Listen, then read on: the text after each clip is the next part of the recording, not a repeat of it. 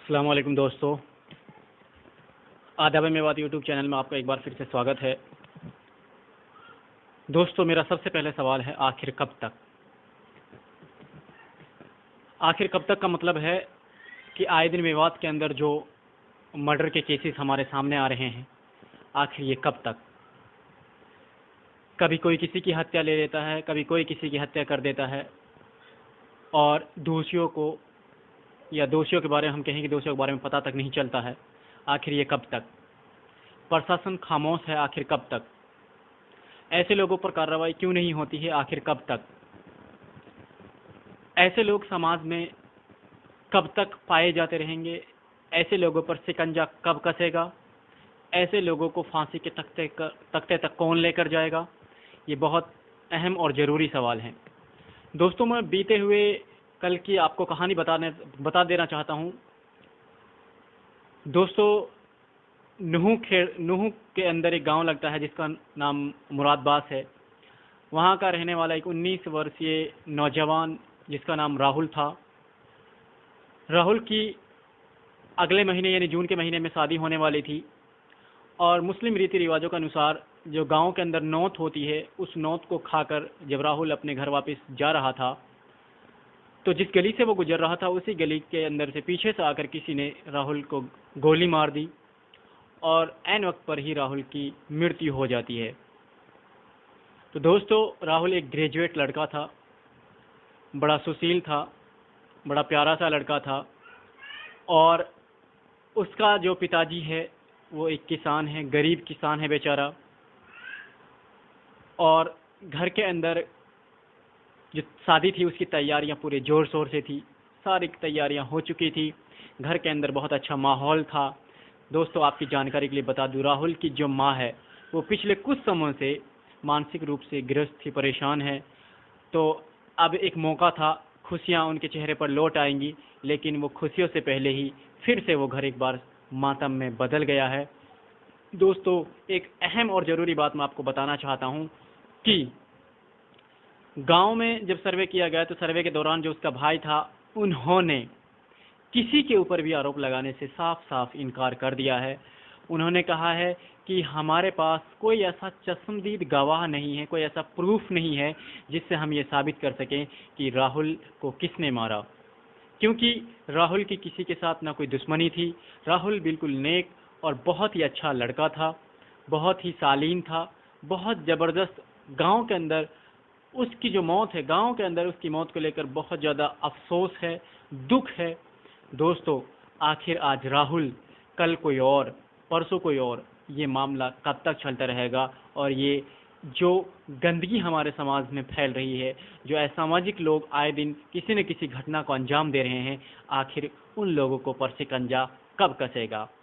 तो दोस्तों, मैं आपको बता देता हूं कि कुछ ऐसे मेवात के अंदर क्रांतिकारी हैं जो फेसबुक पर रात दिन चिल्लाते हैं, फेसबुक पर रात दिन एक दूसरे को गालियां देते हैं, फेसबुक पर रात दिन एक दूसरे का ट्रेंड चलाते हैं, ट्विटर के ऊपर ट्रेंड चलाते हैं। क्या आज भी वो लोग राहुल के लिए ट्रेंड चलाएंगे? अभी तक किसी ने कोई आवाज़ नहीं उठाई है, अभी तक किसी ने राहुल के लिए कुछ नहीं कहा है। क्यों? अगर बात कम्युनलिज्म की आती है, अगर बात धार्मिक मसले की आती है, अगर बात सांप्रदायिकता की आती है, तो वहाँ पर हमारे हजारों युवा, हजारों सैकड़ों लोग एक साथ इकट्ठा होकर आवाज़ उठाते हैं। लेकिन यहाँ पर जब मामला अपना होता है, जब मामला हमारा निजी होता है, तो हम किसी के लिए आवाज़ उठाना पसंद नहीं करते हैं। ऐसा क्यों? राहुल भी हमारा ही लड़का था, राहुल भी हमारा ही बेटा था। राहुल की माँ जो इस पल का बहुत बेसब्री से इंतज़ार कर रही थी, राहुल का बाप जो अपने बेटे की तैयारियां पूरी करवाने में पूरा सहयोग कर रहा था, राहुल का भाई जो हर संभव ये प्रयास कर रहे थे कि राहुल की शादी बड़े धूमधाम से होगी। लेकिन अब उस परिवार पर क्या बीत रही होगी जिस परिवार के अंदर उन्होंने अपने बेटे को खो दिया। ज़रा गौर और फिक्र करिए दोस्तों, अगर हम ऐसे दरिंदों के खिलाफ, अगर हम ऐसे असामाजिक लोगों के खिलाफ, अगर हम ऐसे मुजरिमों के खिलाफ खड़े नहीं होंगे, तो आज इन्होंने राहुल को मौत के घाट उतारा है, कल को किसी और के साथ भी ये घटना हो सकती है। इसीलिए हमें बड़ा सजग होने की ज़रूरत है, बड़ा सतर्क होने की ज़रूरत है, और हम प्रशासन को साथ लेकर ऐसे लोगों के खिलाफ ऐसी टीम गठित करें ताकि आइंदा में ऐसी घटनाएं हमारे मेवात के अंदर कम से कम घटित ना हो। दोस्तों, अभी जो हमारा जख्म था वो बिल्कुल हरा था, अभी उसके ऊपर मरहम नहीं लगा है।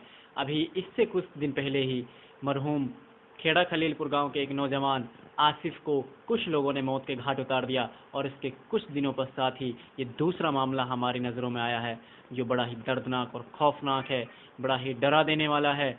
आखिर ये मामला कब सुलझेगा? आखिर इन मौतों से हम कब बचेंगे?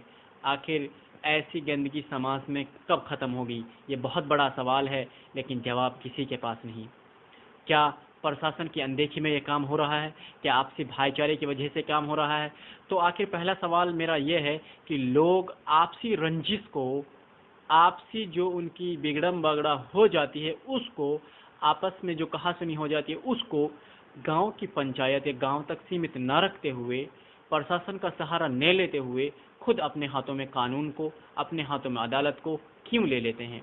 ये बहुत बड़ा और बहुत गहरा सवाल है कि क्या हमारे देश के अंदर, हमारे इतने बड़े लोकतांत्रिक देश के अंदर, क्या प्रशासन को इतनी आसानी से लोग हाथ में कैसे और क्यों ले लेते हैं? जबकि डिस्ट्रिक्ट हेडक्वार्टर है हमारे यहाँ पर, नूह के बिल्कुल जस्ट करीब में वो गांव है, और अभी तक पुलिस को इस मामले के बारे में कोई सुराग नहीं मिला है। तो दोस्तों, बड़े ही दुख के साथ, बहुत गमगीन माहौल है मेवात के अंदर, एक के बाद एक रोज़ाना ये वारदातें अंजाम हो रही हैं, और इनके ऊपर लगाम कतई नहीं है।